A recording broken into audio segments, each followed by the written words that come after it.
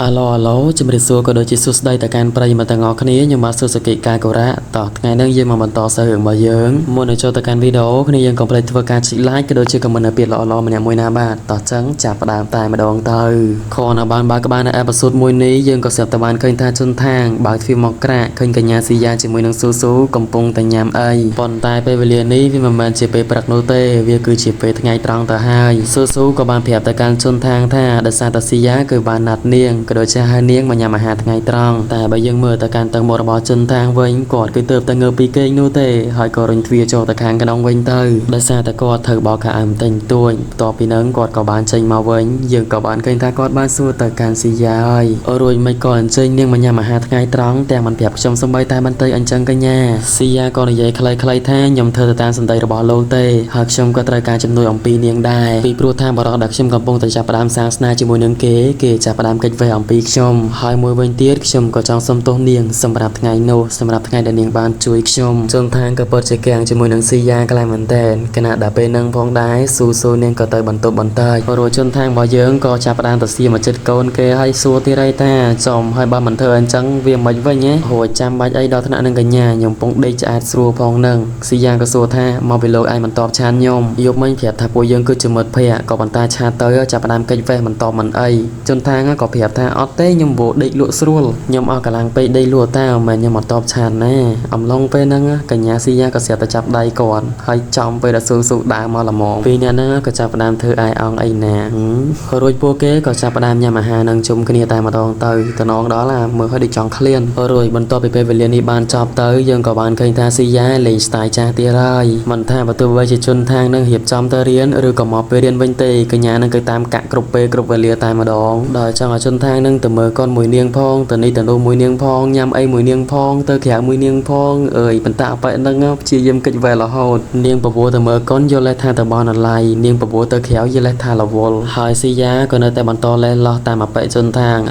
ងវិញបន្តសម្ដែងមួយនាងទៅណគិតតែចាប់ដៃគ្នាតែគេប៉ាវស៊ីងស៊ុងឲ្យដើរទៅត្រយនៅពេលដែលជន់ថាងកលែងមើលទៅឃើញស៊ីយ៉ារបស់យើងហ៊ានតែលាក់ទុកមុខបែបហ្នឹងគាត់ក៏បានឲ្យនាងនឹងលាដៃរបស់នាងចេញមកដោយគាត់ក៏បានផ្ដល់នំមួយទៅឲ្យនាងហើយនំនឹងវាផ្អែមដូចស្ករអញ្ចឹងដែលជន់ថាងគិតថាប្រហែលជានាងត្រូវការវាហើយឃើញនៅទាំងធ្វើតិចតួចមួយនេះកញ្ញានឹងឡើងសប្បាយចិត្តហ្មងព្រោះថាមួយរយៈហ្នឹងអបែនឹងអត់សូវអើពើមួយនាងទេព្រោះថាជន់ថាងព្យាយាមរក្សាកម្រិតអំពីនាងខ្លាំងមែនទែនព្រោះគាត់ចង់គិតថាពួកយើងទាំងពីរនាក់គឺត្រូវតែជាមិត្តភក្តិអត់ចង់ឲ្យមានទំនាក់ទំនងអីដែលលើសពីមិត្តភក្តិនោះទេប៉ុន្តែដើរចេញទៅបណ្ដាគិតនៅក្នុងចិត្តបណ្ដាឲ្យថាការព្យាយាមរក្សាកម្រិតរបស់គាត់នឹងវាត្រូវបានកាត់ផ្ដាច់ចេញបណ្ដាទៀតហើយមិនដឹងតែគាត់ចំណាយពេលប្រហែលទេដើម្បីកិច្ចអំពីនាងនៅពេលមួយគឺសពពេលដែលជន់ថាងរបស់យើងចេញពីថ្នាក់រៀនគាត់ភាំងខ្លាំងមែនទែនមនុស្សគ្រប់គ្នាកំពុងតែចោមរោមទៅកាន់កញ្ញាស៊ីយ៉ារបស់យើងអីដែលសំខាន់ណាស់ម្នាក់ចាប់ផ្ដើមហៅទៅកាន់នាងថាលីស៊ីយ៉ាសុកក៏ស្រាប់តែអំបែម្នាក់ដែល BC មកដកស្រាការពីអេផ isode មុននោះគេលើឈ្មោះនឹងគឺចងចាំយ៉ាងច្បាស់តែម្ដងប្រហែលជា idol របស់គេដែរហើយរត់មកយ៉ាងលឿនតែសំណាងល្អខ្លាំងណាស់ដែលជន់ថាងគាត់ក៏បានដឹងមុនហើយចាប់ដៃកញ្ញាលីស៊ីយ៉ារបស់យើងរត់ទៅយ៉ាងលឿនតែម្ដងឡើងទៅហិតហកដកទៅហើយមកចង់ចាញ់នោះទេនៅតាមផ្លូវស៊ីយ៉ាក៏បានដឹងថានេះគឺជាផ្លូវដែលត្រូវត្រឡប់ទៅផ្ទះហើយប៉ុន្តែនាងអត់ទាន់ចង់ទៅទេនេះគឺចង់ផឹកជាមួយនឹងជន់ថាងអត់បាននិយាយរឿងនឹងទេគាត់ក៏បានសួរទៅកាន់នាងហេតុអីបានជាមកកាន់វិទ្យាល័យរបស់ខ្ញុំទៀតហើយចឹងនៅវិទ្យាល័យសាកលវិទ្យាល័យនោះឯងកញ្ញាក៏បានប្រាប់ថានាងគាត់ចង់ឃើញគាត់នោះទេគាត់ចង់ជួបគាត់លើបែបហ្នឹងជន់ថាងក៏បានបបួលនាងទៅផឹកនៅអាផាតមិនតែម្ដងទៅដែលវាបានធ្វើឲ្យស៊ីយ៉ាពិតជារំភើបខ្លាំងមែនទែនគាត់ក៏បាននិយាយនៅក្នុងចិត្តតែម្នាក់ឯងអានឹងជន់ថាងគាត់និយាយក្នុងចិត្តថាគាត់ព្យាយាមកិច្ចពីនាងខ្លាំងមែនទែនតែឥឡូវហ្នឹងបែរជានាងឈ្នះគាត់ហើយគាត់មិនអាចកិច្ចនាងបានទៀតទេអញ្ចឹងអាផាតមិនដែលពួកគេនឹងត្រូវទៅផឹកនឹងអត់មានណាឆ្ងាយទេគឺនៅផ្ទះនោះឯងហើ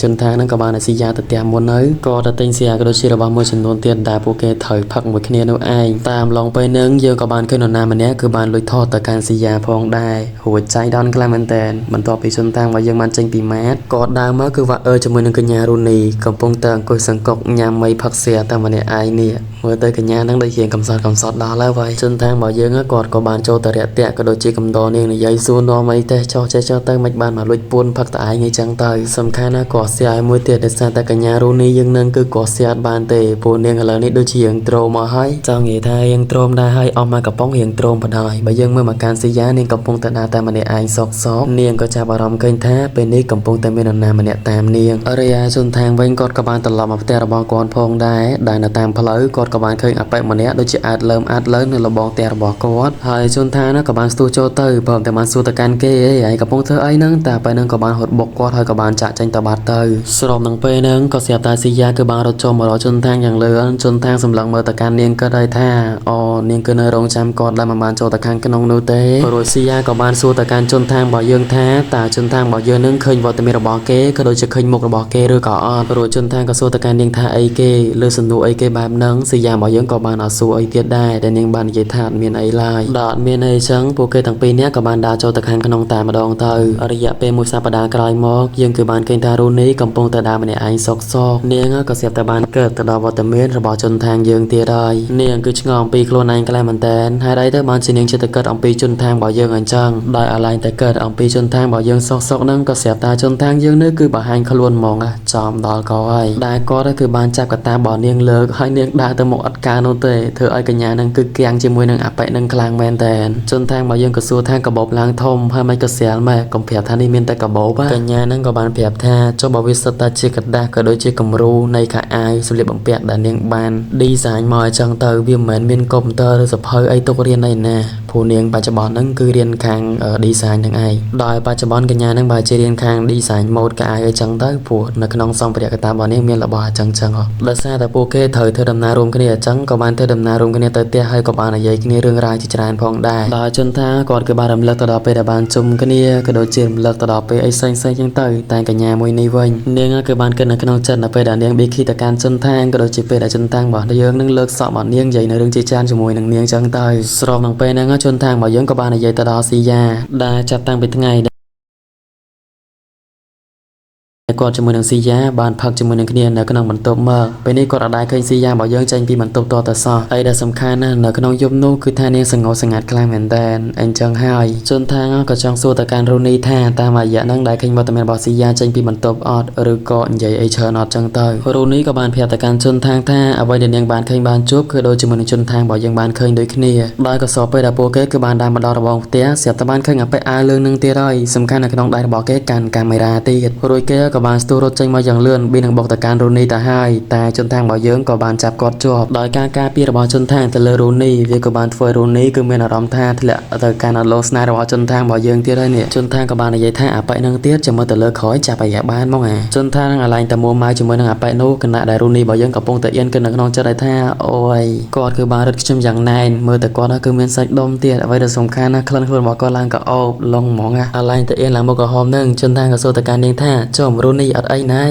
កញ្ញានឹងឡើងភ្ញាក់ព្រើតហ្មងហើយដែលសំខាន់ទៀតវាគឺស្របពេលដែលកញ្ញាស៊ីយ៉ារបស់យើងគឺបានដើរចេញមកហើយក៏បានឃើញជាមួយនឹងសកម្មភាពរបស់អ្នកទាំងពីរផងដែររួចភ្លាមស៊ីយ៉ារបស់យើងក៏ស្រាប់តែបានសោយយ៉ាងចម្លែកដែលយើងមើលទៅកាយវិការនៃការសិស្សរបស់នាងជនថាងបានសម័យទៅដល់ពេលមួយដែលវីដេអូមួយនោះគាត់គឺបានឃើញដូចគ្នាគឺថានាងសោយនៅពេលដែលនាងនឹងកំពុងតែសម្ដែងនៅលើឆាកបើស្ដាប់ទៅតាមការសោយរបស់នាងគឺជាការសោយនៃភាពឈឺចាប់ខ្លាំងមែនទែនតែពេលហ្នឹងនាងគឺយំទៀតផងហើយរឿងមួយនេះវាក៏បានធ្វើឲ្យជនថាងក៏ពិតជាភាំងខ្លាំងមែនទែនហើយរឿងរបស់យើងអេពីសូតមួយនេះក៏មកជាមកដល់ទីបញ្ចប់តែត្រឹមនឹងដូចគ្នា